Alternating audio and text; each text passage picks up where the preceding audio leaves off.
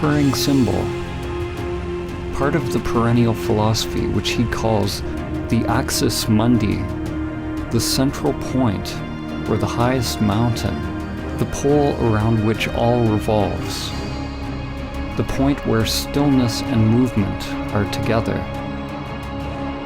From this center, a mighty flowering tree is realized, a Bodhi tree that joins all worlds.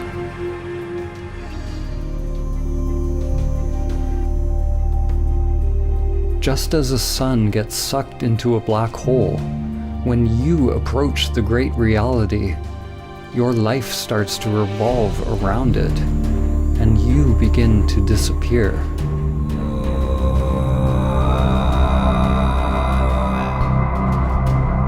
As you approach the immanent self, it can be terrifying to the ego structure.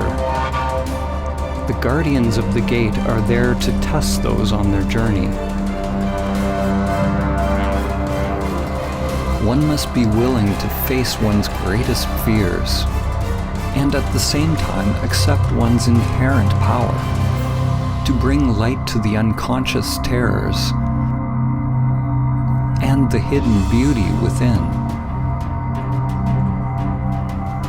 If your mind is not moved, if there's no self reacting, then all phenomena produced by the unconscious arises and passes away.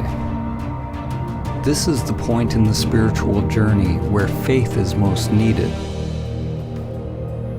What do we mean by faith? Faith is not the same as belief. Belief is accepting something on the level of mind to bring comfort and assurance. Belief is the mind's way of labeling or controlling experience. Faith is actually the opposite. Faith is staying in the place of complete not knowing, accepting whatever arises from the unconscious.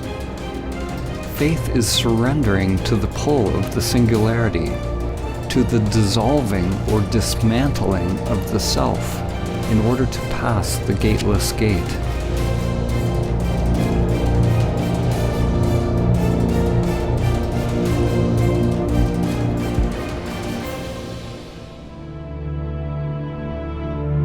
The evolution and structure of a galaxy is closely tied to the scale of its black hole, just as your evolution is tied to the presence of the immanent self, the singularity that is your true nature. We can't see the black hole, but we can know about it by the way things move around it, by how it interacts with physical reality. In the same way, we cannot see our true nature. The immanent self is not a thing, but we can observe enlightened action. As the Zen master Suzuki said, there are, strictly speaking, no enlightened people. There is only enlightened activity. We can't see it, just as the eye cannot see itself. We can't see it because it is that by which seeing is possible. Like the black hole, samadhi is not nothingness, and neither is it a thing. It is the collapse of the duality of thing and no thing.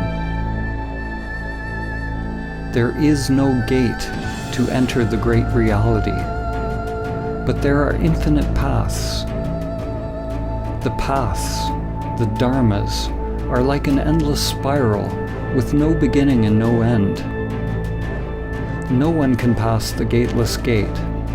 No one's mind has ever figured out how, and none ever will. No one can pass the gateless gate, so be no one.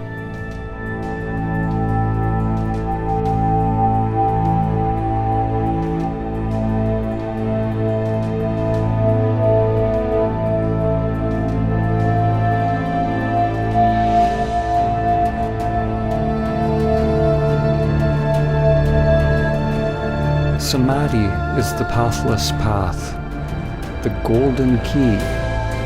It is the end of our identification with the self-structures that separate our inner and outer worlds.